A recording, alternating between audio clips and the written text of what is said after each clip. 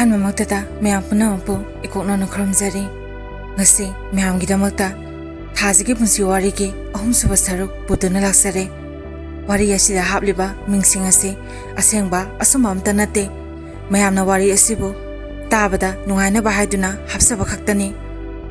ꯋꯥꯔꯤ ꯑꯁꯤ ꯍꯧꯗ꯭ꯔꯤꯉꯩꯒꯤ ꯃꯥꯡꯑꯣꯏꯅꯅ ꯃꯌꯥꯝꯅ ꯆꯦꯅꯦꯜ ꯑꯁꯤꯕꯨ ꯅꯨꯡꯁꯤꯕꯤꯗꯨꯅ ꯃꯄꯨꯡ ꯐꯥꯕ ꯆꯦꯅꯦꯜ ꯑꯃ ꯑꯣꯏꯕ ꯉꯝꯍꯟꯕꯤꯌꯨ ꯍꯥꯏꯖꯔꯤ. ꯋꯥꯔꯤ ꯑꯁꯤ ꯍꯧꯖꯔꯒꯦ. ꯃꯌꯥꯝ ꯄꯨꯟꯅ ꯇꯥꯃꯤꯟꯅꯔꯁꯤ. ꯅꯣꯡꯃ ꯅꯨꯃꯤꯠ ꯑꯃ ꯑꯩꯒꯤ ꯄꯨꯟꯁꯤꯗ ꯑꯁꯦꯡꯕ ꯅꯨꯡꯁꯤꯒꯤ ꯏꯔꯤꯛ ꯑꯃ ꯐꯥꯎꯔꯛꯂꯦ. ꯈꯪꯍꯧꯗꯅ ꯐꯥꯎꯔꯛꯂꯤꯕ ꯅꯨꯡꯁꯤꯕꯗꯣ ꯑꯩ ꯑꯣꯏꯔꯣꯏ ꯈꯪꯅ ꯈꯪꯅ ꯅꯨꯡꯁꯤꯖꯈꯤꯕꯅꯤ. ꯑꯩ ꯐꯣꯟ ꯃꯆꯥ ꯑꯃ ꯂꯩꯇ ꯅꯨꯡ ꯂꯩꯉꯣꯏ ꯄꯦꯛꯄ ꯌꯥꯎꯔꯒ ꯃꯗꯨꯗꯒꯤ ꯐꯪꯂꯛꯄ ꯄꯩꯁꯥꯗꯣ ꯃꯗꯨꯅ ꯂꯩ. ꯁꯤꯝꯁꯨ ꯑꯃ ꯂꯧꯔꯦ. ꯑꯗꯨꯒ ꯏꯃꯥꯟꯅꯕꯤ ꯑꯃꯅ ꯃꯥꯒꯤ ꯅꯨꯄꯥꯗꯨꯗ ꯑꯩꯒꯤ ꯐꯣꯟꯗꯒꯤ ꯀꯣꯜ ꯑꯝꯇ ꯇꯧꯖꯒꯦ, ꯑꯩꯒꯤꯗꯤ ꯕꯦꯂꯦꯟꯁ ꯌꯥꯎꯗ꯭ꯔꯦ, ꯅꯪꯒꯤꯗꯣ ꯌꯥꯎꯔꯗꯤ ꯑꯝꯇ ꯇꯧꯖꯒꯦ ꯍꯥꯏꯗꯨꯅ ꯇꯧꯔꯨꯕꯅꯦ. ꯑꯩꯗꯤ ꯃꯇꯝ ꯑꯗꯨꯗ ꯈꯪꯅꯕꯁꯨ ꯀꯅꯥꯝꯇ ꯂꯩꯇꯦ. ꯁꯨꯝꯅ ꯁꯨꯝ ꯚꯤꯗꯤꯑꯣꯒꯨꯝꯕ ꯌꯦꯡꯅꯕ ꯍꯥꯏꯗꯅ ꯂꯩꯕꯅꯦ. ꯃꯗꯨꯗꯒꯤ ꯏꯃꯥꯟꯅꯕꯤꯒꯤ ꯅꯨꯄꯥꯗꯨꯅ ꯑꯩꯅ ꯐꯣꯟꯗꯣ ꯄꯥꯏꯔꯕ ꯇꯨꯡꯗ ꯀꯣꯜ ꯇꯧꯔꯛꯑꯦ. ꯑꯩꯅ ꯐꯣꯟꯗꯣ ꯄꯥꯏꯈꯠꯂꯤ. ꯀꯅꯥꯅꯣ ꯍꯪꯕ ꯃꯇꯝꯗ ꯑꯩꯅꯦ, ꯔꯣꯍꯤꯠꯅꯦ, ꯅꯪꯗꯤ ꯀꯅꯥꯅꯣꯅ ꯍꯪꯉꯦ. ꯑꯩ ꯊꯥꯖꯅꯦ. ꯅꯨꯄꯥꯁꯤꯅ ꯑꯗꯨꯗꯤ ꯃꯥꯗꯤ ꯀꯥꯏꯗ ꯂꯩꯒꯦ? ꯑꯩꯅ ꯀꯅꯥꯅꯣ ꯃꯥ ꯍꯥꯏꯕꯣ? ꯂꯩꯁꯅꯥꯔꯣ? ꯑꯣ ꯑꯗꯨꯗꯤ ꯃꯥꯗꯤ ꯃꯌꯨꯝꯗ ꯂꯩꯍꯧꯋꯦ, ꯑꯩꯅ ꯌꯨꯝꯗ ꯂꯥꯛꯑꯦ. ꯅꯥꯀꯟꯗꯒꯤ ꯅꯨꯄꯥ ꯑꯃꯅ ꯑꯁ ꯚꯥꯏ ꯀꯅꯥꯅꯣ? ꯚꯣꯏꯁꯁꯦ ꯌꯥꯝ ꯅꯨꯡꯁꯤꯌꯦ, ꯃꯃꯤꯡꯕꯨ ꯀꯩ ꯀꯧꯒꯦ? ꯑꯩꯒ ꯈꯪꯅꯕ ꯌꯥꯔꯣꯏꯗ꯭ꯔꯥ? ꯌꯥꯔꯗꯤ ꯑꯩꯒ ꯑꯝꯇ ꯋꯥꯔꯤ ꯁꯥꯟꯅꯖꯒꯦ ꯍꯥꯏꯔꯒ ꯐꯣꯟꯗꯣ ꯄꯥꯏꯔꯛꯑꯦ. ꯑꯗꯨꯒ ꯅꯨꯄꯥꯁꯤꯅ ꯑꯩꯉꯣꯟꯗ ꯍꯜꯂꯣ, ꯀꯩ ꯃꯤꯡ ꯀꯧꯒꯦ? ꯁꯨꯝ ꯆꯝꯅ ꯈꯪꯅꯁꯦ, ꯅꯪꯒꯤ ꯈꯣꯟꯖꯦꯜꯁꯦ ꯇꯥꯕ ꯌꯥꯝ ꯅꯨꯡꯁꯤꯌꯦ ꯍꯥꯏꯗꯨꯅ ꯄꯦꯡ ꯃꯥꯒꯤ ꯊꯣꯛꯄ ꯑꯗꯨꯝ ꯂꯣꯟꯖꯩ. ꯑꯩꯗꯤ ꯊꯣꯏꯅ ꯂꯣꯟꯗꯦ, ꯍꯥꯏꯗ ꯌꯥꯗꯕ ꯃꯔꯨ ꯑꯣꯏꯕ ꯋꯥꯗꯨ ꯈꯛꯇꯪ ꯈꯨꯝꯖꯩ. ꯃꯥꯅ ꯇꯥꯗ꯭ꯔꯕꯣ? ꯑꯩꯅ ꯇꯥꯏꯌꯦ, ꯑꯩ ꯊꯥꯖ ꯀꯧꯖꯩ. ꯁꯣꯝꯗꯤ? ꯑꯣ ꯂꯦꯝꯕ. ꯑꯗꯣ ꯅꯪꯗꯤ ꯀꯩ ꯍꯣꯠꯅꯔꯤꯒꯦ? ꯑꯩ ꯀꯩꯝ ꯍꯣꯠꯅꯗꯦꯗ, ꯌꯨꯝꯗ ꯑꯗꯨꯝ ꯂꯩꯌꯦ, ꯏꯃꯨꯡꯒꯤ ꯃꯇꯦꯡ ꯇꯧꯔ ꯂꯩ. ꯑꯗꯣ ꯅꯪꯗꯤ? ꯑꯩꯕꯨꯔꯣ? ꯑꯩꯗꯤ ꯂꯥꯏꯔꯤꯛ ꯇꯝꯃꯦ, ꯍꯧꯖꯤꯛ ꯒ꯭ꯔꯦꯖꯨꯑꯦꯠ ꯇꯝꯃꯤꯌꯦ. ꯑꯗꯣ ꯅꯪꯒꯤ ꯅꯝꯕꯔꯁꯦ ꯑꯩꯈꯣꯏ ꯕꯥꯏꯗꯒꯤ ꯂꯧꯖꯔꯒꯦ, ꯅꯪ ꯌꯥꯔꯕꯣ? ꯑꯗꯨꯗ ꯑꯩꯅ ꯀꯩꯒꯤꯅꯣ ꯍꯥꯏꯁꯦ? ꯅꯨꯄꯥꯁꯤꯅ ꯑꯩ ꯅꯪꯕꯨ ꯌꯥꯝ ꯅꯨꯡꯁꯤ, ꯏꯕꯥꯅꯤ ꯅꯨꯡꯁꯤꯅꯕ ꯄꯥꯝꯃꯦ, ꯅꯪ ꯌꯥꯕꯤꯔꯣ? ꯑꯗꯨꯕꯨ ꯃꯥꯅ ꯍꯥꯏꯕꯗꯣ ꯑꯩ ꯌꯥꯗꯦ. ꯑꯩꯒꯤ ꯅꯝꯕꯔꯁꯦ ꯂꯧꯒꯅꯣ, ꯁꯨꯝ ꯆꯝꯅ ꯔꯣꯍꯤꯠꯀꯤ ꯐꯣꯟꯗꯒꯤ ꯅꯣꯡ ꯐꯥꯗꯣꯛꯇꯤ ꯋꯥꯔꯤ ꯁꯥꯟꯅꯁꯦ. ꯅꯪꯗꯤ ꯌꯥꯝ ꯑꯉꯥꯡꯅꯦ, ꯑꯩꯅ ꯃꯌꯥꯝꯁꯨ ꯍꯜꯂꯝꯗꯧ ꯃꯥꯜꯂꯤ, ꯂꯥꯏꯔꯤꯛꯁꯨ ꯇꯝꯂꯤꯅꯁꯨ ꯍꯥꯏ. ꯏꯃꯥ ꯕꯕꯥ ꯍꯣꯏꯒꯤ ꯑꯁꯥ ꯊꯨꯒꯥꯏꯕꯤꯒꯅꯨ, ꯐꯖꯅ ꯂꯥꯏꯔꯤꯛꯇꯣ ꯑꯣꯟꯁꯤꯜꯂꯣ. ꯑꯩꯒꯗꯤ ꯅꯪꯒ ꯆꯥꯟꯅꯔꯣꯏ, ꯅꯪꯗꯤ ꯑꯉꯥꯡꯅꯦ, ꯑꯩꯉꯣꯟꯗ ꯏꯆꯦ ꯀꯧꯔꯛꯑꯣ. ꯅꯪꯒ ꯑꯩꯒ ꯌꯦꯡꯅꯔꯨꯔꯕꯗꯤ ꯅꯪꯁꯦ ꯄꯦꯇꯋꯥꯅꯦ ꯍꯥꯏꯅ ꯐꯥꯒꯤ ꯇꯧꯁꯤꯜꯂꯦ. ꯑꯗꯨꯒꯗꯤ ꯃꯍꯥꯛꯅ ꯍꯦꯟꯖꯤꯜꯂꯛꯑꯦ. ꯑꯍꯤꯡ ꯅꯨꯡꯊꯤꯟ ꯈꯥꯏꯗ꯭ꯔꯦ ꯇꯛꯄꯗ. ꯑꯗꯨꯒ ꯔꯣꯍꯤꯠꯁꯨ ꯑꯩꯉꯣꯟꯗ ꯇꯛꯁꯤꯜꯂꯛꯑꯦ. ꯑꯩꯗꯤ ꯂꯥꯏꯕꯛ ꯊꯤꯔꯨꯔꯕꯅꯤꯅ ꯌꯥꯖꯗꯦ, ꯑꯣꯏꯔꯣꯏꯅ ꯑꯗꯨꯝ ꯍꯥꯏ. ꯑꯩꯒꯤ ꯋꯥꯔꯤ ꯄꯨꯝꯕ ꯃꯈꯣꯏꯗ ꯍꯥꯏꯗꯣꯛꯂꯦ, ꯌꯨꯝ ꯄꯥꯜꯂꯨꯕꯁꯨ ꯍꯥꯏ. ꯑꯗꯨꯕꯨ ꯅꯨꯄꯥꯁꯦ ꯍꯟꯕ ꯀꯧꯕ ꯂꯩꯈꯤꯗ꯭ꯔꯦ. ꯅꯨꯄꯥꯁꯤꯅ ꯑꯩꯕꯨ ꯅꯣꯡ ꯅꯤꯅꯤꯗ ꯑꯣꯏꯔꯁꯨ ꯅꯨꯡꯁꯤꯕꯤꯌꯣ, ꯅꯨꯡꯁꯤ ꯈꯛꯇ ꯑꯣꯏꯔꯁꯨ ꯍꯥꯏꯕꯤꯔꯛꯑꯣ, ꯑꯩ ꯂꯥꯏꯔꯤꯛ ꯄꯥꯐꯝꯒ ꯈꯪꯗ꯭ꯔꯦ. ꯑꯗꯨꯒ ꯅꯨꯄꯥꯗꯨꯗꯁꯨ ꯅꯠꯇꯅ ꯅꯨꯄꯥꯗꯨꯒꯤ ꯃꯃꯥꯗꯣ ꯃꯥꯅꯁꯨ ꯐꯣꯟ ꯇꯧꯔꯛꯑꯒ ꯑꯩꯉꯣꯟꯗ ꯍꯥꯏꯔꯛꯑꯦ, ꯅꯨꯡꯁꯤꯗ꯭ꯔꯁꯨ ꯅꯨꯡꯁꯤꯕ ꯁꯥꯗꯨꯅ ꯑꯃꯨꯛꯇ ꯂꯣꯏꯅꯕꯤꯌꯨ. ꯊꯥꯖ ꯄ꯭ꯂꯤꯖ, ꯃꯥꯁꯦ ꯈꯟꯈ꯭ꯔꯕꯗꯤ ꯍꯦꯛꯇ ꯍꯣꯡꯗꯦ, ꯅꯪ ꯃꯥꯕꯨ ꯊꯦꯝꯃꯒ ꯐꯖꯅ ꯂꯣꯏꯅꯕꯤꯌꯨ ꯍꯥꯏꯗꯨꯅ ꯌꯥꯝꯅ ꯀꯟꯅ ꯇꯛꯄꯗꯒꯤ ꯑꯩꯁꯨ ꯅꯨꯡꯉꯥꯏꯇꯗꯅ ꯑꯗꯨꯝ ꯌꯥꯊꯣꯛꯎꯔꯦ. ꯑꯗꯨꯕꯨ ꯑꯩꯈꯣꯏꯒꯤ ꯏꯃꯨꯡ ꯃꯅꯨꯡꯒꯤ ꯃꯤꯑꯣꯏꯁꯤꯡꯗꯗꯤ ꯑꯃꯠꯇ ꯈꯪꯍꯟꯗꯦ, ꯃꯔꯝꯗꯤ ꯑꯩꯗꯤ ꯂꯨꯈ꯭ꯔꯥꯕꯤꯅꯦ, ꯃꯥꯅ ꯄꯥꯈꯪ. ꯑꯗꯨꯅ ꯌꯨꯝꯒꯤ ꯃꯤꯅ ꯆꯩꯕꯤꯅꯤ ꯈꯟꯕꯒꯤ. ꯃꯁꯤꯗꯁꯨ ꯅꯠꯇꯅ ꯇꯥꯏꯕꯪꯒꯤ ꯃꯤꯅꯣꯛ ꯃꯩꯁꯥ. ꯑꯁꯨꯝꯅ ꯃꯇꯝ ꯈꯔ ꯃꯥꯒ ꯂꯣꯏꯅꯔꯒ ꯋꯥꯔꯤ ꯁꯥꯟꯅꯩ. ꯑꯁꯨꯝ ꯂꯣꯏꯅꯔꯛꯄ ꯋꯥꯔꯤ ꯁꯥꯔꯛꯄꯗꯒꯤ ꯑꯩꯒꯤ ꯊꯃꯣꯏꯗꯁꯨ ꯀꯔꯣꯝꯗꯒꯤꯅꯣ ꯈꯪꯗꯦ ꯃꯥꯒꯤ ꯃꯐꯝ ꯑꯃ ꯂꯩꯔꯛꯄꯒꯨꯝ ꯇꯧꯈꯤ. ꯑꯗꯨꯕꯨ ꯑꯩ ꯃꯥꯕꯨ ꯀꯥ ꯍꯦꯟꯅ ꯅꯨꯡꯁꯤꯔꯨꯕꯗꯤ ꯇꯧꯗꯦ, ꯁꯨꯞꯅꯒꯤ ꯃꯥꯒꯤ ꯂꯥꯏꯔꯤꯛꯇꯨꯒꯤ ꯈꯜꯂꯒ ꯂꯣꯏꯅꯕꯅꯤ. ꯑꯗꯨꯕꯨ ꯃꯥꯗꯤ ꯑꯩꯕꯨ ꯅꯨꯡꯁꯤ ꯍꯥꯏꯕꯁꯤꯅ ꯃꯥꯒꯤ ꯂꯥꯏꯅꯤꯡ ꯑꯣꯏꯈꯤ. ꯑꯩꯅ ꯃꯉꯣꯟꯗ ꯈꯟꯖꯩ, ꯀꯩꯒꯤꯅꯣ ꯃꯥꯅ ꯑꯩꯕꯨ ꯑꯁꯨꯛ ꯅꯨꯡꯁꯤꯕꯤꯔꯤꯕ? ꯀꯔꯤꯗ ꯌꯦꯡꯉꯒ ꯑꯩꯕꯨ ꯅꯨꯡꯁꯤꯔꯤꯅꯣꯕ? ꯑꯩ ꯃꯉꯣꯟꯗ ꯍꯪꯉꯦ, ꯅꯪꯅ ꯑꯩꯕꯨ ꯅꯨꯡꯁꯤ ꯍꯥꯏꯔꯤꯕꯁꯦ ꯀꯔꯤꯗꯅꯣ? ꯅꯪꯒ ꯑꯩꯒꯗꯤ ꯌꯥꯝꯅꯁꯨ ꯈꯦꯠꯅꯩ. ꯑꯗꯨꯒꯤꯁꯨ ꯃꯊꯛꯇ ꯑꯩꯗꯤ ꯂꯨꯈ꯭ꯔꯥꯕꯤꯅꯦ. ꯅꯪꯅ ꯈꯜꯂꯤꯕ ꯋꯥꯈꯟꯗꯣ ꯅꯪ ꯊꯥꯗꯣꯛꯑꯣ. ꯑꯗꯨꯕꯨ ꯃꯥ ꯑꯩꯅ ꯍꯥꯏꯕꯗꯨ ꯌꯥꯗꯦ ꯃꯥꯅ ꯍꯥꯏ ꯑꯩ ꯅꯪꯒꯤ ꯆꯝꯖꯕ ꯃꯇꯧ ꯅꯪꯒꯤ ꯄꯨꯟꯁꯤ ꯋꯥꯔꯤꯗꯣ ꯇꯥꯔꯒ ꯑꯩ ꯅꯪꯕꯨ ꯊꯃꯣꯏ ꯁꯦꯡꯅ ꯅꯨꯡꯁꯤꯅ ꯍꯥꯏ ꯃꯗꯨꯗ ꯑꯩꯅ ꯂꯥꯏꯕꯛ ꯌꯥꯝꯅ ꯑꯩꯗꯤ ꯊꯤꯔꯦ ꯂꯥꯏꯔꯁꯨ ꯌꯥꯝ ꯂꯥꯏꯔꯦ ꯏꯃꯥ ꯕꯕꯥ ꯏꯕꯨꯡ ꯏꯄ꯭ꯋꯥ ꯀꯅꯥꯁꯨ ꯂꯩꯇꯦ ꯑꯩꯈꯣꯏ ꯀꯀꯥ ꯑꯩꯈꯣꯏ ꯄꯨꯄꯨ ꯍꯣꯏꯅ ꯑꯩꯕꯨ ꯌꯣꯛꯄꯤꯕꯅꯦ ꯀꯣꯟꯅ ꯅꯪ ꯌꯥꯝ ꯅꯤꯡꯉꯝꯃꯛꯑꯣꯏ ꯋꯥꯈꯟꯗꯣ ꯃꯨꯟꯅ ꯈꯜꯂꯣꯅ ꯍꯥꯏ ꯑꯗꯨꯕꯨ ꯃꯥꯅ ꯑꯩ ꯋꯥꯈꯜ ꯌꯥꯝ ꯈꯜꯂꯦ ꯇꯁꯦꯡꯅ ꯑꯩꯅ ꯅꯪꯕу ꯂꯨꯍꯣꯡꯕ ꯄꯥꯝꯃꯦ ꯅꯪ ꯌꯥꯕꯤꯔꯣꯅ ꯍꯥꯏ ꯑꯗꯣ ꯑꯩꯁꯨ ꯁꯨꯝ ꯂꯣꯏꯅꯔꯛꯑꯕꯅꯤꯅ ꯇꯞꯅ ꯇꯞꯅ ꯃꯥꯕꯨ ꯅꯨꯡꯁꯤꯕ ꯍꯧꯔꯛꯂꯦ ꯃꯁꯤꯗꯒꯤ ꯑꯩꯁꯨ ꯈꯨꯝꯐꯝ ꯈꯪꯗꯕꯒꯤ ꯍꯣꯏ ꯑꯩ ꯋꯥꯈꯜ ꯑꯝꯇ ꯈꯟꯈꯤꯒꯦ ꯑꯗꯨꯒ ꯍꯥꯏꯔꯛꯀꯦꯀꯣ ꯑꯗꯣ ꯅꯪꯅ ꯑꯩꯉꯣꯟꯗ ꯄꯦꯇꯋꯥꯅ ꯑꯗꯨꯝ ꯀꯧꯕꯁꯦ ꯅꯨꯡꯉꯥꯏꯇꯦ ꯀꯩꯅꯣꯝꯃ ꯀꯧꯔꯛꯑꯣ ꯑꯩꯅ ꯀꯩ ꯀꯧꯗꯣꯏꯅꯣ ꯍꯥꯏꯔꯛꯑꯣ ꯆꯍꯤꯁꯨ ꯈꯪꯗꯦ ꯀꯅꯥꯅ ꯍꯜꯂꯤꯅꯣ ꯅꯪꯒꯤ ꯆꯍꯤꯗꯣ ꯍꯥꯏꯔꯛꯑꯣꯅ ꯍꯥꯏ ꯃꯁꯤꯗꯒꯤ ꯑꯩꯅ ꯑꯩꯒꯤ ꯆꯍꯤꯗꯣ ꯃꯉꯣꯟꯗ ꯍꯥꯏ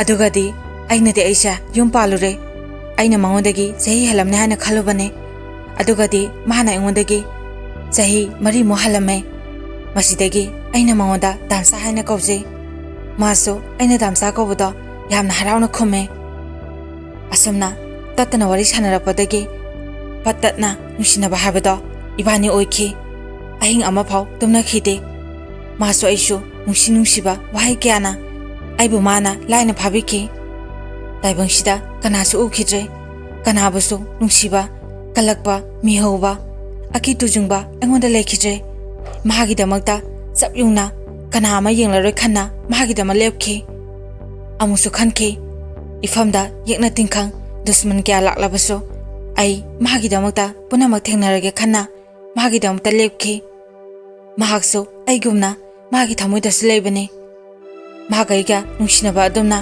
ꯀꯅꯥꯗꯁꯨ ꯊꯣꯛꯂꯝꯈꯤꯔꯣꯏ ꯈꯜꯂꯦ ꯋꯥꯔꯤ ꯑꯁꯦ ꯑꯩꯅ ꯃꯌꯥꯝꯗ ꯁꯝꯅ ꯂꯤꯖꯒꯦ ꯂꯣꯏꯕ ꯅꯥꯏꯔꯔꯣꯏꯗꯕ ꯑꯩꯒꯤ ꯊꯃꯣꯏꯒꯤ ꯋꯥꯔꯤꯁꯦ ꯃꯌꯥꯝꯅ ꯀꯣꯛ ꯉꯥꯎꯔꯅꯤ ꯈꯟꯕꯒꯤ ꯂꯣꯏꯅꯁꯨ ꯂꯤꯗ꯭ꯔꯕꯅꯤ ꯃꯁꯤꯒꯤꯗꯃꯛꯇ ꯑꯩꯕꯨ ꯋꯥꯔꯧꯕꯤꯅꯣ ꯑꯗꯨꯕꯨ ꯈꯔ ꯈꯖꯤꯛ ꯑꯁꯤꯃꯗꯤ ꯂꯣꯏꯕ ꯐꯥꯎꯗꯪ ꯃꯌꯥꯝꯅ ꯇꯥꯕꯤꯌꯨ ꯃꯍꯥꯛ ꯑꯩꯒꯁꯦ ꯃꯈꯥ ꯇꯥꯅ ꯑꯁꯨꯝ ꯅꯨꯡꯁꯤꯅꯖꯈꯤ ꯑꯩꯅ ꯗꯥꯝꯆꯥ ꯑꯩ ꯉꯁꯤꯗꯤ ꯋꯥꯈꯜ ꯅꯨꯡꯉꯥꯏꯇꯦ ꯍꯥꯏꯒꯦ ꯈꯜꯂꯤꯉꯩ ꯑꯩꯅ ꯈꯜꯂꯤꯗꯨꯒ ꯆꯞ ꯃꯥꯟꯅꯅ ꯃꯥꯅ ꯍꯥꯟꯅ ꯑꯩꯉꯣꯟꯗ ꯍꯥꯏꯔꯛꯏ ꯑꯁꯨꯝꯅ ꯃꯥꯅ ꯈꯟꯕ ꯋꯥꯈꯜ ꯑꯩꯅ ꯅꯤꯡꯕ ꯄꯨꯛꯅꯤꯡꯒꯤ ꯋꯥꯔꯣꯜ ꯄꯨꯝꯕ ꯏꯐꯥꯎ ꯐꯥꯎꯅꯕꯒꯨꯝ ꯍꯛꯆꯥꯡ ꯑꯃꯠꯇ ꯑꯣꯏꯕꯒꯨꯝ ꯇꯧꯏ ꯏꯕꯥꯅꯤꯒꯤ ꯅꯨꯡꯁꯤꯕꯁꯦ ꯍꯥꯏꯐꯝ ꯈꯪꯗꯕ ꯅꯨꯡꯁꯤꯕ ꯍꯥꯏꯕꯗꯣ ꯑꯣꯏꯈꯤ ꯉꯁꯤ ꯑꯩꯅ ꯀꯅꯥꯒꯨꯝꯕ ꯑꯃꯗ ꯃꯥ ꯑꯩꯒꯤ ꯑꯣꯏꯕ ꯋꯥꯔꯤ ꯁꯥꯕꯁꯦ ꯃꯥꯅꯁꯨ ꯁꯨꯃꯥꯏꯅ ꯀꯅꯥ ꯑꯃꯗ ꯂꯤꯔꯝꯒꯅꯤ ꯑꯁꯨꯝꯅ ꯃꯥ ꯑꯩ ꯅꯨꯡꯁꯤꯅꯕꯅ ꯆꯍꯤ ꯑꯃ ꯐꯥꯔꯦ ꯑꯗꯨꯕꯨ ꯃꯥ ꯑꯩꯗꯤ ꯇꯁꯦꯡꯅ ꯁꯛ ꯈꯪꯅꯗ꯭ꯔꯤ ꯍꯥꯏꯗꯤ ꯃꯣꯕꯥꯏꯜ ꯐꯣꯟꯗ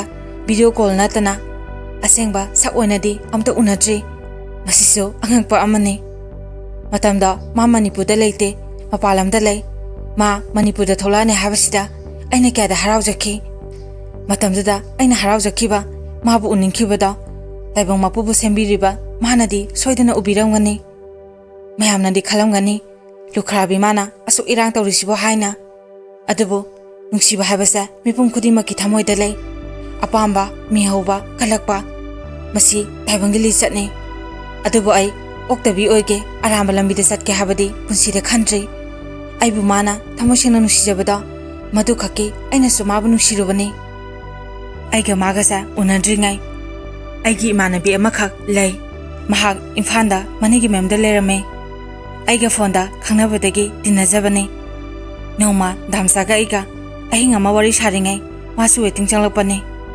ꯃꯗꯨꯗ ꯃꯥꯁꯨ ꯌꯥꯎꯅ ꯋꯥꯔꯤꯗꯣ ꯁꯥꯔꯦ ꯏꯃꯥꯟꯅꯕꯤꯁꯨ ꯗꯥꯝꯆꯥ ꯏꯕꯥꯅꯤꯒꯤ ꯅꯨꯡꯁꯤꯅꯕꯗꯣ ꯎꯕ ꯃꯇꯝꯗ ꯃꯥꯁꯨ ꯆꯥꯛꯆꯈꯤ ꯑꯗꯨꯒ ꯃꯥꯅꯁꯨ ꯍꯥꯏ ꯊꯥꯖ ꯅꯕꯥꯅꯤꯒꯤ ꯔꯣꯃꯥꯟꯁꯁꯦ ꯑꯩꯗꯤ ꯌꯥꯝꯅ ꯉꯥꯎꯖꯩ ꯑꯩꯈꯣꯏꯒꯤ ꯅꯨꯡꯁꯤꯅꯕꯁꯤꯗꯤ ꯋꯥꯔꯤꯅꯤ ꯌꯥꯎꯗꯦ ꯅꯕꯥꯅꯤꯅ ꯁꯛꯁꯨ ꯎꯅꯗ꯭ꯔꯤ ꯑꯁꯨꯛ ꯌꯥꯝꯅ ꯅꯨꯡꯁꯤꯅꯩꯁꯦ ꯀꯃꯥꯏ ꯇꯧꯔꯤꯅꯣ ꯍꯪꯕ ꯃꯇꯝꯗ ꯗꯥꯝꯆꯥꯅ ꯑꯁꯨꯝꯅ ꯈꯨꯝꯃꯛꯑꯦ ꯊꯥꯖꯒꯤ ꯄꯨꯟꯁꯤ ꯋꯥꯔꯤ ꯑꯃꯗꯤ ꯃꯥꯒꯤ ꯊꯃꯣꯏ ꯁꯦꯡꯕ ꯆꯝꯖꯕ ꯃꯇꯧꯁꯤꯅ ꯑꯩꯅ ꯃꯥꯕꯨ ꯅꯨꯡꯁꯤꯖꯕꯅꯤ ꯑꯩꯒꯤ ꯊꯃꯣꯏꯅ ꯑꯄꯦꯟꯕ ꯍꯥꯏꯕꯗꯣ ꯃꯥꯒꯤ ꯃꯐꯝꯗꯒꯤ ꯐꯪꯉꯦ ꯑꯗꯨꯅꯅꯤ ꯑꯩꯅ ꯃꯥ ꯅꯠꯇꯕ ꯑꯇꯣꯞꯄ ꯑꯃꯗ ꯅꯨꯡꯁꯤ ꯉꯝꯗ꯭ꯔꯤꯁꯦ ꯑꯗꯣ ꯅꯪꯒꯤ ꯃꯤꯡꯗꯤ ꯀꯩ ꯀꯧꯒꯦ ꯏꯃꯥꯟꯅꯕꯤꯗꯨꯅ ꯊꯣꯏꯕꯤ ꯀꯧꯋꯦ ꯍꯥꯏꯅꯔꯒ ꯃꯥꯁꯨ ꯊꯝꯈ꯭ꯔꯦ ꯑꯩꯒꯤ ꯗꯥꯝꯆꯥꯒ ꯋꯥꯔꯤ ꯃꯈꯥ ꯆꯠꯊꯔꯤ ꯅꯣꯡꯉꯥꯟꯈꯤꯕꯁꯨ ꯈꯪꯍꯧꯗꯦ ꯑꯁꯨꯝꯅ ꯅꯣꯡꯃꯗꯤ ꯏꯃꯥꯟꯅꯕꯤꯁꯦ ꯑꯩꯈꯣꯏ ꯌꯨꯝꯗ ꯂꯥꯛꯑꯦ ꯑꯍꯤꯡ ꯑꯃꯁꯨ ꯂꯦꯛꯇꯨꯅ ꯑꯩꯒ ꯄꯨꯟꯅ ꯇꯨꯃꯤꯟꯅꯩ Maduda imanabise damsagi nambase lona lawraga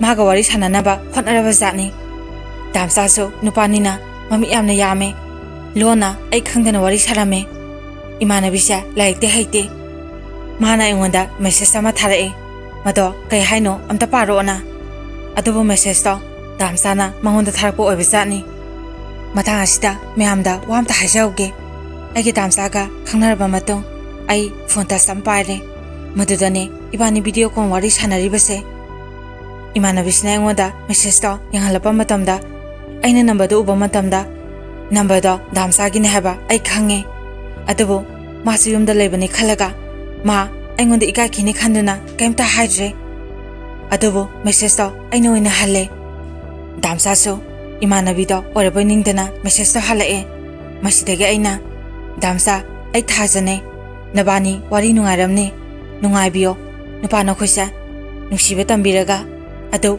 thasaba thamnaraga phare phare nungaibiyo nupana khoisa thasaba yabanate ama natraga ama hekta tawre phare phare sanajara haraga phone da imanabi tu da pi aduga aina kaim khangdaba saduna numito wana lenki mathangi numita imanabi tu sakrage na hai ai wakhanse tasena su nungaitre karamna su nungaini nungsibasu mana tambirame aduga di machakse manasu aingonda hapirame aina damsa da hai damsa nangaibu nungsiba handaraklaba natra nangi thamoibu khudum sanba ngamdobi ama nang thengnaraba natra hai maduda damsana thaja nang saukhino somsamna wari sabane aigidi nang leiside haina thamle aiso hangam tongomdabagi sauningbado phatharaga makhatana wari do sai aduga damsa do thole imanabi duga maga hana thengnakhre hana kuma ingonda phone torokpado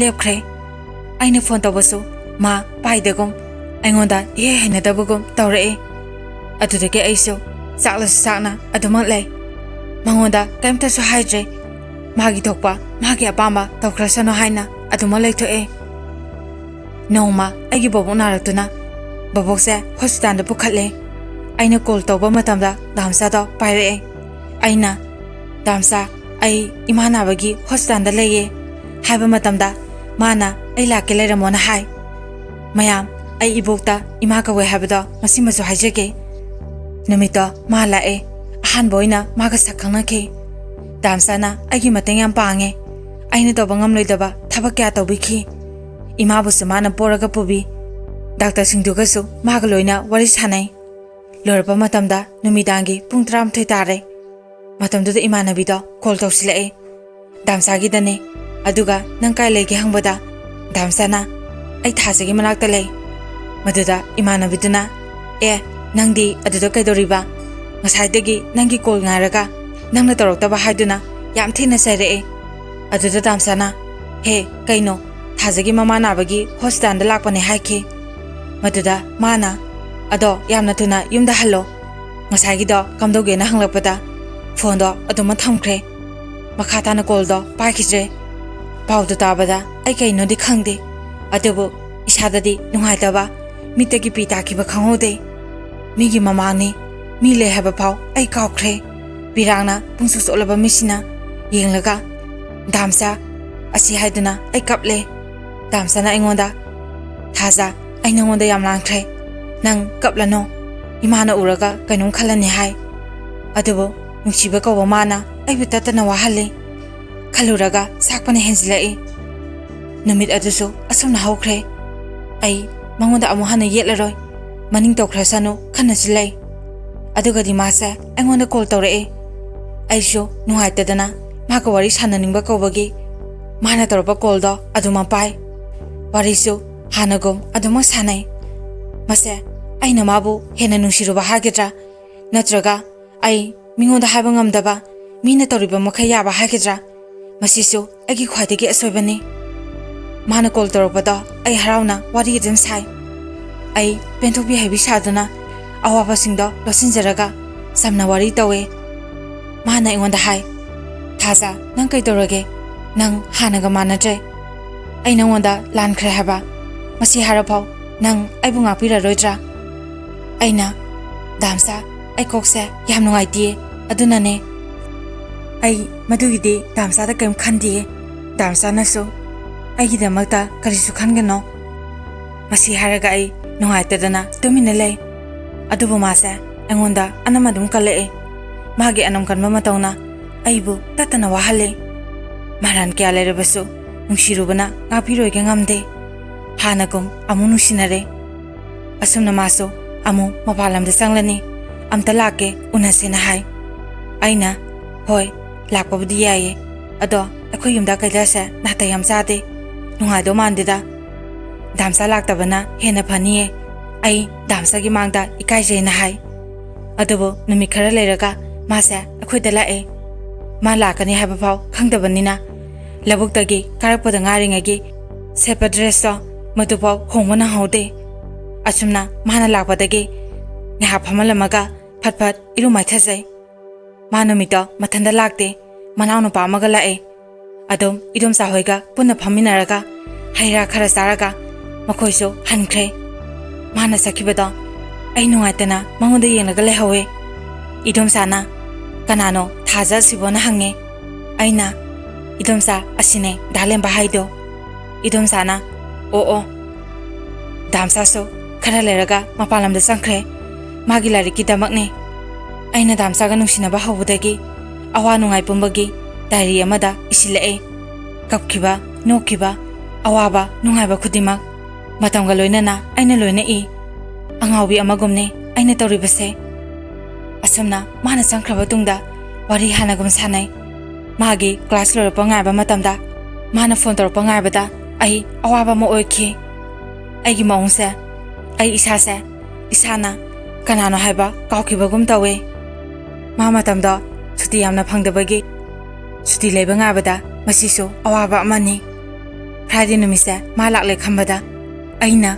kyagi matik harawjakhiba mado manasu khanglibani ngaisabagi awaba kananasu khangbide aina damsabu kahena nusi habasa khangbadagi manaibu laithoe masidagi mase atoba kana amamo khangnani apagi maung uba phange ainasu mana hariba makai yai loinaba thajai maduna mana sananingba maungda sanabada khanglasu khangsin usinadaba saduna aduma lei mana aingonda changyeng kya amasu tawki numi masing kaktuna numi asupau thaja nang call tawrakano aina nangondagi changyeng ama tawgani aduda mai paklade nang naibu kyagi mating nungsige haido khangdoine hai masida aisu apangbi amagong mana haribada adum ayai mana khalidudi aina hotrong hona uribani adubu aina hoitaw mai pakpa oijaga haiduna koldo aduma kae mana haribada matamaduda ma atopa nupi amaga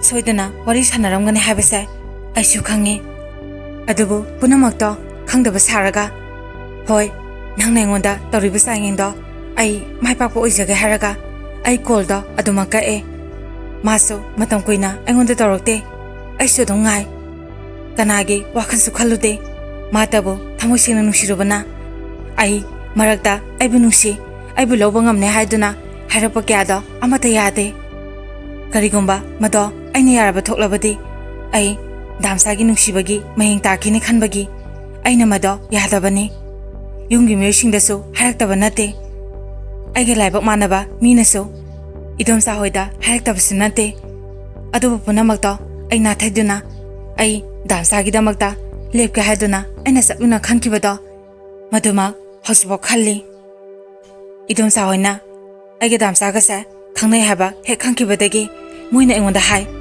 nangna nungsinaido madu oibe yaroi nang mathungda tawgano migi masado pakhangne nangbu mana kasu loroi moigi ahalama singnasu madu yaroi magi tanza saba magi apamba nupi ngaribani mado matam ngaribani nangonda matam lelibani haina angonda idom sa hoina hai adubu moina hariba khudimakto ai kanhagi wasangde oidresu oigani haiduna aseng manungsiba simadi khangauksano haina saplungna lepkhi adubu manade atopaga wari sai nami masing sure aduda aina ngangamdrena mangonda call tosile ma pakhale aduga ngonda hangle thaja nang nupa kya koinarage sengna hayo matam khra ibani pa phona dabase masida aigi wakhan nang khanbra natraga aibu kautholubra wasaklaga hayo haina adubo ai mangonda wasae masidagi manasu thajai masidagi aina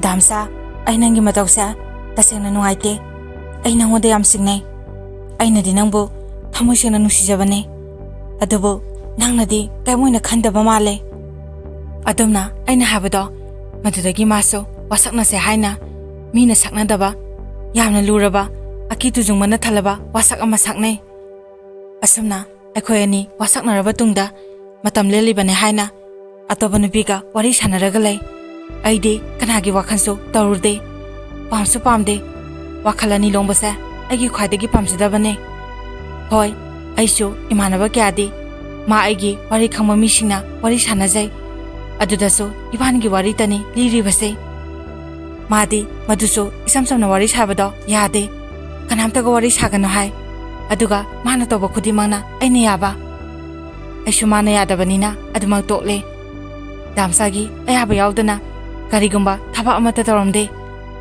asumna matam khra so hokre asumna ibani nukshinar pasa sahi ani sujile mana angonda hai handa tholopa matamda ai namu yumda pusilage aduga lariksa makha tamgena hai aine yade maramde aina maram oraga makhoigi ima babagi asado kagigadra amaromda aidi lara masane laibak thibine aduna hena akaiba oikini khanbagi aina mado yakidabane aduna mana saurae aina damsa nang saukino nangna saubase ayam waye nang larik do mapung phana lusingko aduga phajana haina sebako haiduna mabu themjake mana engonda warokhiba kyada aina mabu themnaba hotnabada wasakhiba madupuna makto mana di khangkhidre adubo mana toruba thaba khudimakti aingoda loina amata jithadana haijai aina yaba yadaba thidana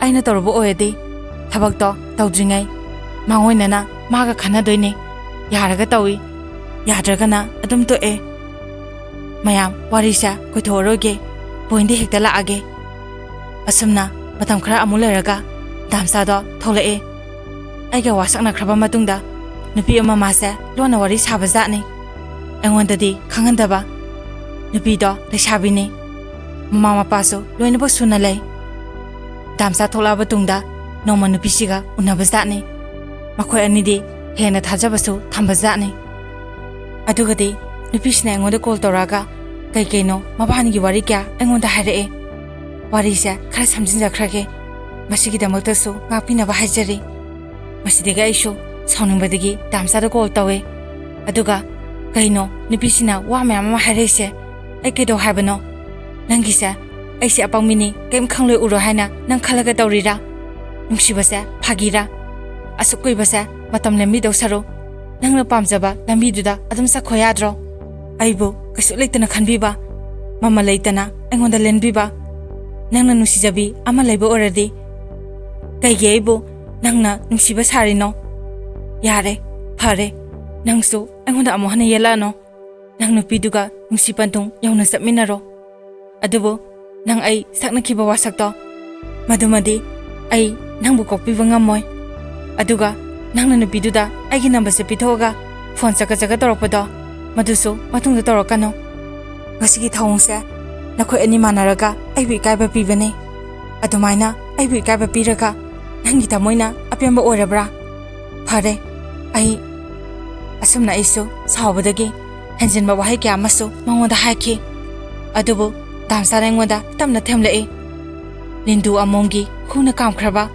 theba amagumna mahausagum marana mapo pharbaso ngakpi haibi amagum aina ngakpi gani khanna ma engonda theme thaja namta tapthako ai khange nang naibu thamoshana nungsi haba adubo aisho nangbu thamoshana nungsi adubo ibaningi nungsi panthungda airpa ama lebedagi aina nafamda haidoba ngamkidabane aigi family singna nangbu loina nungsi adubo babana nangbu loropa matamda mayumda leiroi migi mamangda ikaijai mimang thopa ngamloina tatana hai aduna aisho kai haiduno khangdre aduga nupiduda aina nangi nambasa pige haina pibusnate nang aigi warisa aina mangoda habadagi mana Adudi Thajagi number do amta piyu.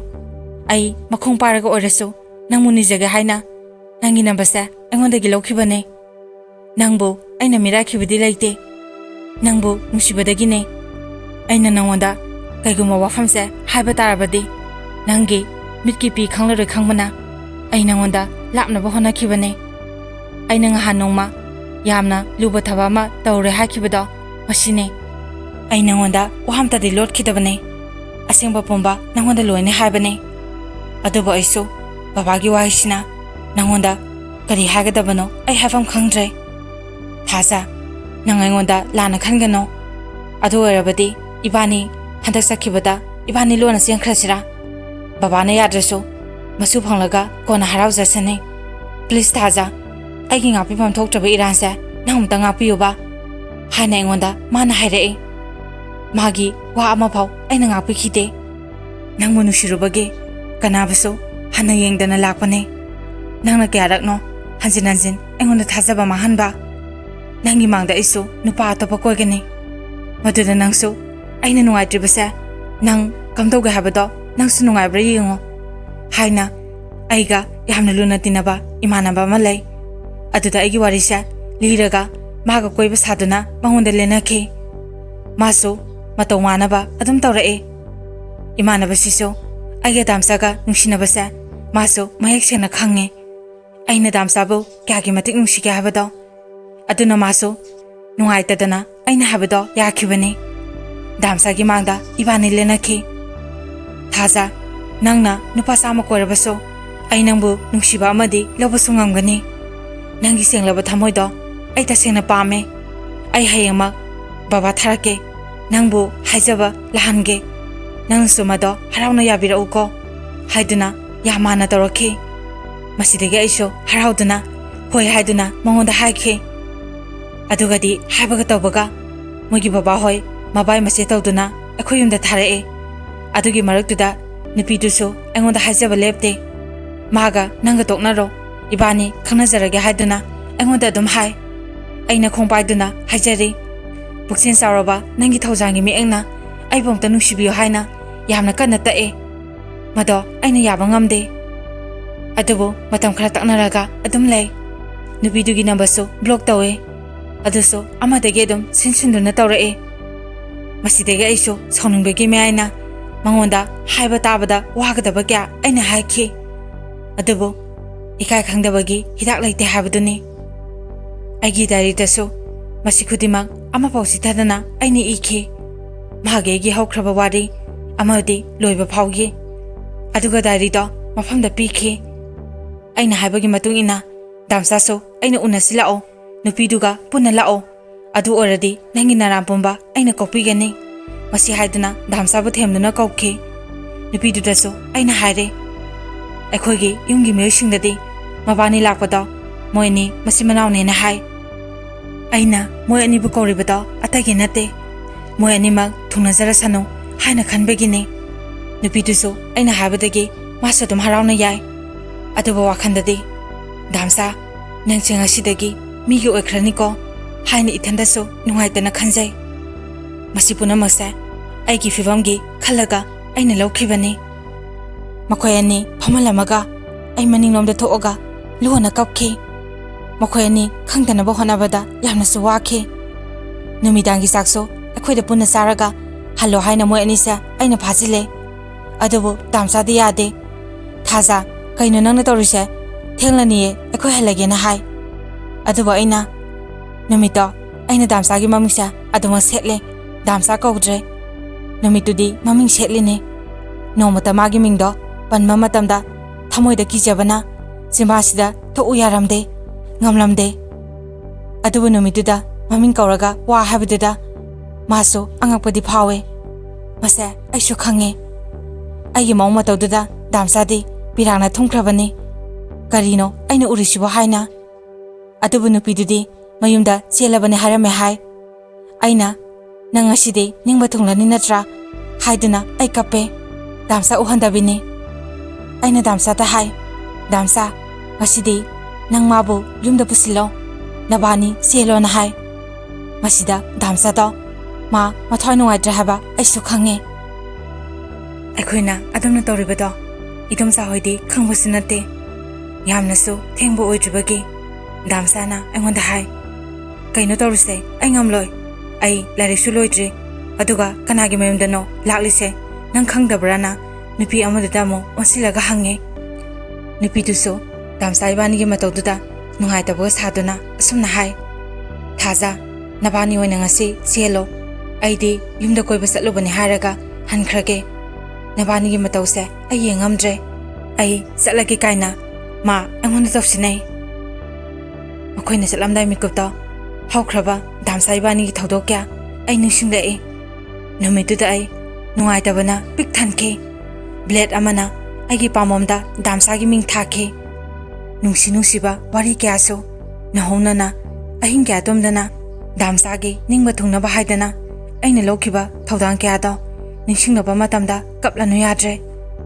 ꯇꯥꯔꯛꯂꯤ ꯄꯤꯁꯤꯁꯨ ꯂꯦꯞꯄ ꯂꯩꯇꯅ ꯅꯨꯄꯤꯗꯨꯁꯨ ꯇꯁꯦꯡꯅ ꯑꯩꯒꯤ ꯏꯇꯧꯕꯨ ꯎꯔꯒ ꯀꯞꯄꯦ ꯍꯥꯏꯕ ꯑꯩꯁꯨ ꯈꯪꯉꯦ ꯑꯗꯨꯕꯨ ꯃꯥꯒꯤ ꯄꯤꯔꯥꯡꯗꯣ ꯍꯔꯥꯎꯕꯒꯤ ꯑꯣꯏꯗꯣꯏꯔꯥ ꯅꯠꯇ꯭ꯔꯒ ꯅꯨꯡꯉꯥꯏꯇꯕꯒꯤ ꯑꯣꯏꯗꯣꯏꯔꯥ ꯃꯗꯨ ꯑꯩ ꯈꯪꯗꯦ ꯗꯥꯝꯆꯥꯒ ꯃꯣꯏ ꯑꯅꯤ ꯆꯠꯂꯝꯗꯥꯏ ꯃꯤꯀꯨꯞꯇꯣ ꯃꯗꯨꯗ ꯑꯩꯅ ꯍꯥꯏꯈꯤ ꯃꯤꯃꯥꯟꯅꯗꯕꯤ ꯄꯨꯟꯁꯤ ꯑꯣꯏꯈꯤꯕꯅ ꯅꯪꯒꯤ ꯑꯣꯏꯕꯗ ꯃꯇꯤꯛ ꯆꯥꯔꯝꯗ꯭ꯔꯦ ꯈꯪꯅ ꯅꯨꯡꯁꯤꯔꯨꯕ ꯑꯩꯅ ꯂꯥꯟꯈꯤꯕꯅꯤ ꯗꯥꯝꯆꯥ ꯅꯪꯅ ꯄꯥꯝꯂꯤꯕ ꯀꯥꯏꯅꯕꯁꯨ ꯑꯩꯅꯁꯨ ꯌꯥꯔꯦ ꯌꯦꯠꯂꯔꯣꯏ ꯑꯩꯒꯤ ꯆꯩꯅꯥꯁꯤꯅ ꯑꯣꯏꯔꯕ ꯅꯪꯒꯤ ꯄꯨꯟꯁꯤꯒꯤ ꯅꯨꯡꯉꯥꯏꯕꯗꯣ ꯃꯗꯨꯗ ꯑꯩ ꯄꯨꯟꯁꯤꯒꯤ ꯌꯦꯠꯂꯔꯣꯏ ꯑꯃꯨꯛ ꯍꯟꯅ ꯅꯐꯝꯗ ꯑꯩ ꯌꯦꯠꯂꯔꯣꯏ ꯅꯪꯒꯤ ꯌꯥꯏꯐꯅꯕꯇ ꯈꯜꯂꯒꯦ ꯊꯃꯣꯏꯗ ꯃꯩꯆꯥꯛ ꯆꯤꯝꯕꯥꯟ ꯑꯃꯃ ꯅꯣꯛꯇꯨꯅ ꯑꯩꯒꯤ ꯑꯋꯥꯕ ꯄꯨꯡꯕ ꯀꯨꯞꯁꯤꯜꯂꯒ ꯅꯨꯡꯉꯥꯏꯕ ꯁꯥꯗꯨꯅ ꯃꯉꯣꯟꯗ ꯍꯥꯏꯈꯤꯕꯅꯤ ꯑꯁꯨꯝꯅ ꯄꯦꯟꯗꯕ ꯋꯥꯍꯩ ꯀꯌꯥꯒ ꯂꯣꯏꯅꯅ ꯄꯤꯅꯤꯡꯗ ꯑꯩꯒꯤ ꯅꯨꯡꯁꯤꯕ ꯑꯩꯒꯤ ꯊꯋꯥꯏꯗꯣ ꯃꯉꯣꯟꯗ ꯄꯤꯈꯤ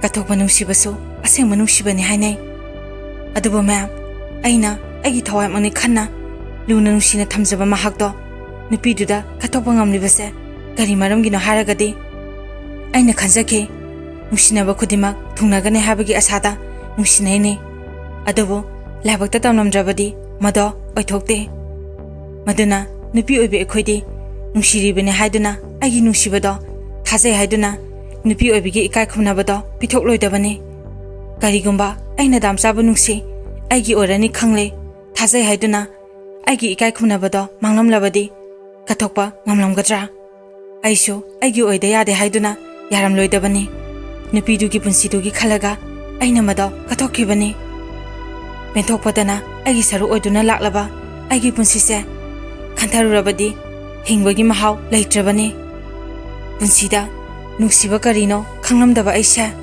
ꯉꯁꯤꯗꯤ ꯗꯥꯝꯆꯥꯅ ꯈꯪꯍꯟꯕꯤꯔꯝꯃꯦ ꯑꯁꯦꯡꯕ ꯅꯨꯡꯁꯤꯕꯗꯤ ꯑꯃꯈꯛꯅꯤ ꯊꯃꯣꯏꯗ ꯇꯥꯈꯤꯕ ꯅꯨꯡꯁꯤꯒꯤ ꯃꯆꯨꯗꯤ ꯀꯣꯛꯄ ꯉꯝꯂꯣꯏ ꯅꯨꯡꯁꯤꯕ ꯆꯥꯝꯃ ꯂꯥꯛꯂꯁꯨ ꯃꯗꯣ ꯀꯣꯛꯄ ꯂꯩꯇꯕꯅꯤ ꯊꯤꯔꯒꯁꯨ ꯐꯪꯂꯣꯏ ꯑꯁꯨꯝꯅ ꯃꯈꯣꯏꯅ ꯆꯠꯈꯤꯕꯒ ꯗꯥꯝꯆꯥꯒꯤ ꯏꯃꯥ ꯍꯣꯏ ꯑꯃꯗꯤ ꯀꯀꯥ ꯍꯣꯏ ꯃꯌꯥꯝ ꯂꯥꯛꯑꯦ ꯑꯩꯅ ꯀꯞꯂꯒ ꯐꯃꯨꯡꯗ ꯂꯩꯔꯤꯉꯩ ꯈꯨꯊꯛꯇꯨꯗ ꯌꯧꯁꯤꯜꯂꯛꯑꯦ ꯑꯗꯨꯒ ꯀꯀꯥꯗꯨꯅ ꯊꯥꯖ ꯀꯩꯅꯣ ꯅꯪꯅ ꯇꯧꯔꯤꯁꯦ ꯑꯩꯈꯣꯏꯗꯤ ꯅꯪꯒ ꯅꯨꯡꯁꯤꯅꯩ ꯍꯥꯏꯕꯁꯤ ꯈꯛꯅꯤ ꯈꯪꯕ ꯑꯗꯨꯒ ꯉꯁꯤ ꯊꯣꯛꯂꯤꯁꯤ ꯀꯩꯅꯣ ꯑꯩꯈꯣꯏꯗꯤ ꯅꯪꯁꯦ ꯌꯥꯝ ꯁꯤꯡꯕ꯭ꯔꯥ ꯍꯥꯏꯅ ꯈꯜꯂꯤ ꯑꯗꯨꯒ ꯉꯁꯤꯅ ꯑꯁꯨꯛ ꯌꯥꯝꯅ ꯄꯪꯂꯝꯂꯤꯁꯦ ꯀꯃꯥꯏ ꯇꯧꯔꯤꯅꯣ ꯑꯩꯈꯣꯏꯁꯨ ꯈꯪꯗꯦ ꯉꯁꯥꯏ ꯂꯦꯝꯕꯅ ꯄꯥꯎ ꯄꯤꯔꯛꯄꯅꯤ ꯊꯥꯖ ꯍꯣꯏꯗ ꯃꯥ ꯂꯩ ꯂꯥꯛꯑꯣꯅ ꯑꯗꯨꯒ ꯅꯨꯄꯤꯗꯨꯁꯨ ꯑꯩꯈꯣꯏꯗꯤ ꯄꯥꯝꯗꯦ ꯂꯧꯔꯣꯏ ꯅꯪꯕꯨ ꯏꯃꯧ ꯑꯣꯏꯅ ꯂꯧꯁꯤꯟꯕ ꯄꯥꯝꯃꯤꯅ ꯃꯣꯏꯅ ꯌꯥꯝ ꯊꯥꯖꯗꯅ ꯍꯥꯏꯔꯛꯑꯦ ꯃꯇꯝ ꯑꯗꯨꯗ ꯑꯩ ꯀꯩ ꯈꯨꯝꯃꯣ ꯍꯥꯏꯅꯣ ꯑꯩꯒꯤ ꯂꯥꯏꯕꯛꯇ ꯇꯝꯂꯝꯗꯕꯅꯦ ꯍꯧꯖꯤꯛ ꯄꯨꯈ꯭ꯔꯤꯕ ꯅꯨꯄꯤꯗꯣ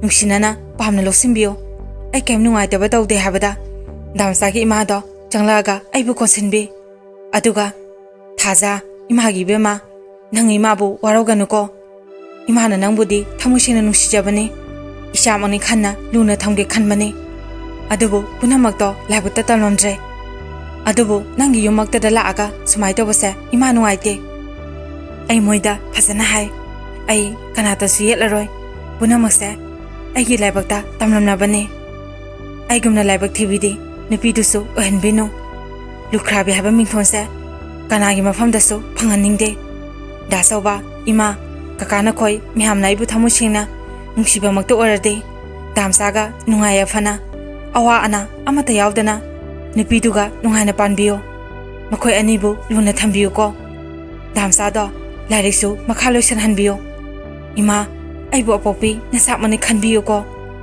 Gonggi harau kumai ama lakpada nasabusu ningsingbirau ko. Haiduna imabu kondona kapsakhe. Imasu nungsina aigi kokta nanthabi. Aduga hai. Ibima nangsu ima hoida nungaitaba thamnarosi. Hokriba kudimakta punama kaukthose. Matamduda aina khankhe. Aina wariba aina mitagi pi tarebase. Nakhoigi nasa nupadunani. Makoisu sakre aishu lehore. Aidi numito tumthaba yadre. Misse isilu habasu yadre. Hokriba damsa ibanigi nungsiba wari kyado ningsingnuba matamda khangma ngamdabagi ai kyarak sirage aina khankhe. Matamduda ai damsabu ningsingakhe. Amutang maga wari sanagi khanduna ai magi mayamba dasawbada phone tawraga dasawba damsabu amta bahala kera hai. Damsa do pare. Damsa nangaibu nungsi habadai. Ai kem khande kanadasu ai waraude. Masu nupine magi punsibudi mahanbigano. Ai gumna lukhargi punsi tahanbino. Mahabulu na tawbiyu ko. Nungaina palu damsa. Awa ana amata yaudana. Nakokpau siktaba uyu ko. Ngasidagi damsa nangi khonjense taba phanglaroi ko. Nangdi migi oikrani ko. Ngasidi ai yam ware. Thamoise yam ware. Ngasi haiduna ai kapkhi. Masu kaple. Thaja ai yam lankhre. Aibu nangam ta ngakpiraroidra. Damsabu nang nusidrabo. Damsa hojikti punama hawkhre. Nang mabu nungsibiyo. Aigumna laibak thibi mabudi ohanbiganu ko. Haraga ai koldo adum thamle. Asumna makoi anisu aduma luhongkhre. Aina senase khangduna lehore. Makoisu hojikti masa yaukre. Nungaina mayum pankre. Miwebana migi tawbimang khangdabase. Taibang mapu mahaknasu misaktugi tawbimang khanglo hainai. Aina matamduda damsabu kathokribedo atagi nate. Maga damsaga thajanaba thame habado madugi aina mabu kathokribani. Aki khongthangse asumba natabra. Mana aibu nungsiba thoklamabadi. Adugumba wakhando ma nupiduda khalamgadra. Mana adumna tawribedo aibu nungsidaba nupidubu nungsibagina haina khalle. Hawjikti aisu dada amaga luhonge. Isa amasu phangjare. Adubu kaikidan selaga saom onai habaduni. Aigi punsida thengnariba awaba mayamse khangde mathangsida loisilage. Punamak aigi laibakta talmambani. Mama mapokta aina fataba pap kya tarongani. Masi khalaga ai punamakse penthokpa tamlage. Mathang asida wari asi mayamda tahanjaba loijare. Aroibada mayam punampu ikoknona khurumjari.